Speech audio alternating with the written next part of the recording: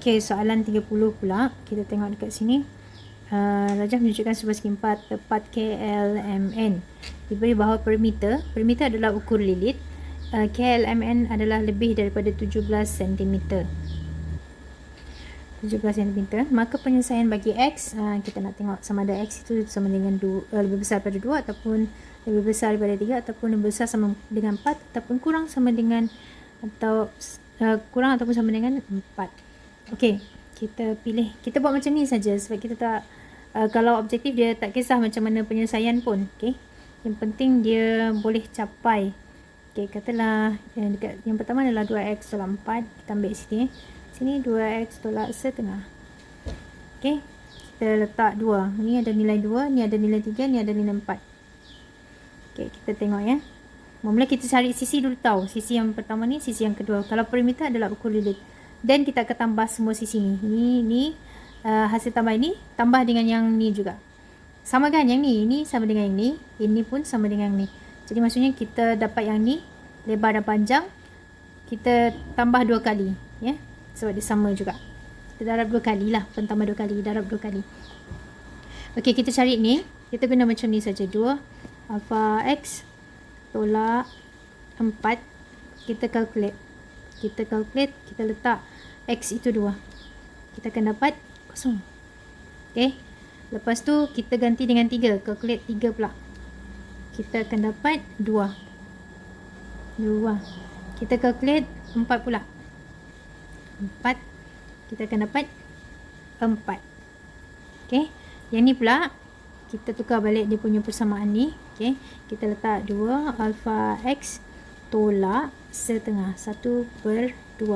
Okey, kita calculate. Kita bagi nilai X 2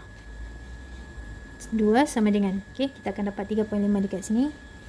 Okey, kalau 3 kita calculate, kita letak 3, kita akan dapat 5.5. Kalau 4 kita calculate lagi balik, kita letak nombor 4 sama dengan berapa? 7.5.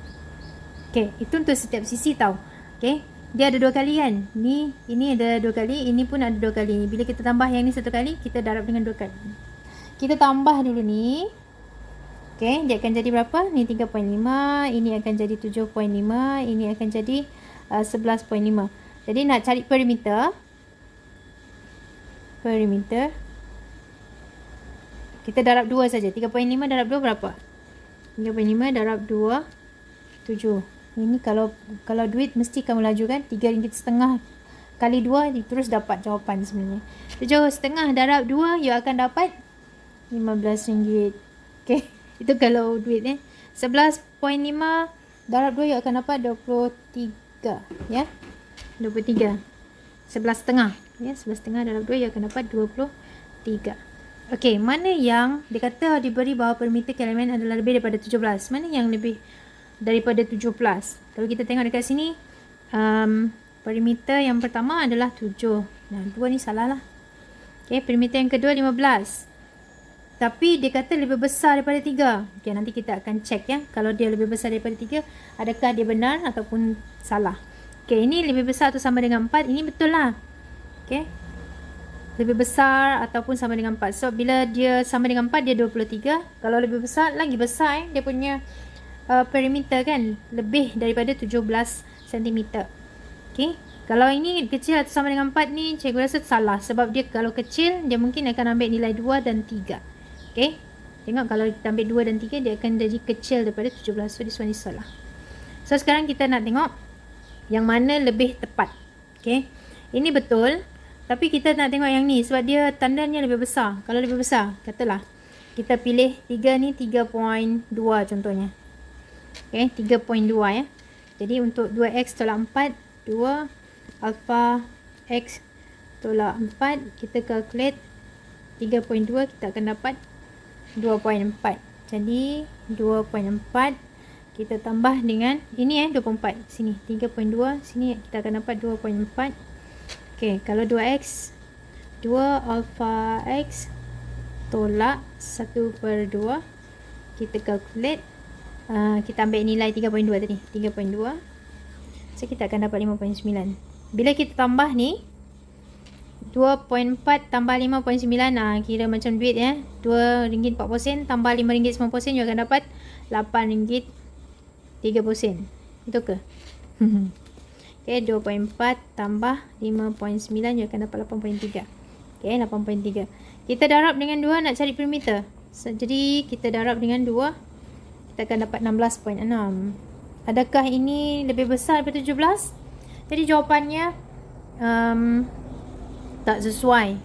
Okay, lebih besar. Yang lebih sesuai yang ni lah, C. Tapi kalau kita letak 3.5, kalau kita letak 3.5, adakah dia betul ataupun salah? Masya Allah, banyak dugaan. Okay, 3.5.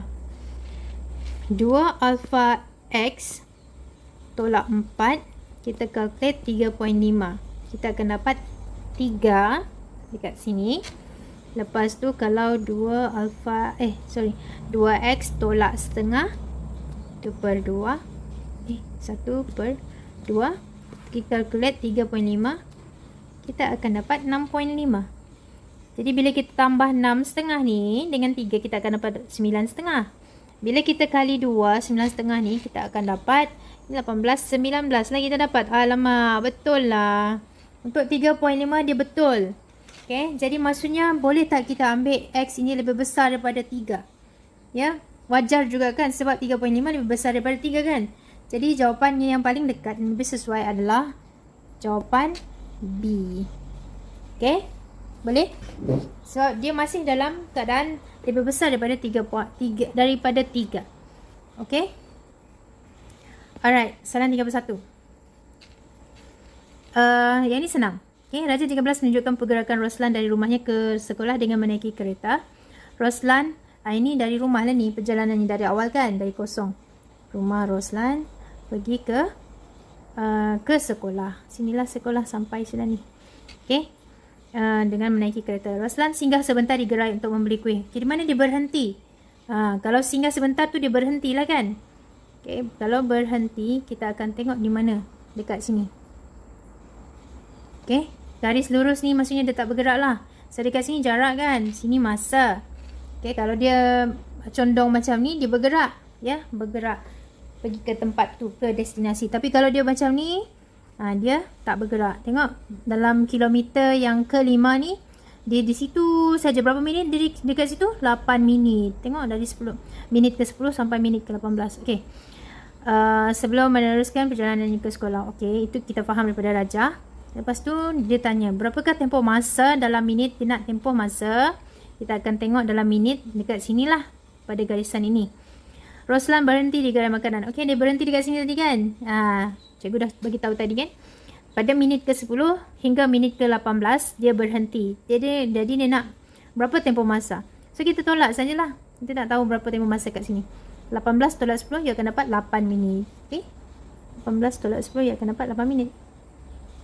Jadi jawapannya adalah B. Boleh faham Senang kan? Ok, last but not least, ini soalan 32. Dia bagi Raja 14 di bawah menunjukkan graf laju masa bagi suatu zarah. Ok, antara pernyataan berikut yang manakah betul? Ok, kita tengok ini adalah Raja graf laju masa. Laju dia mention dekat sini, masa dia mention dekat sini. Ok, so yang manakah betul? Dia nak yang betul ya.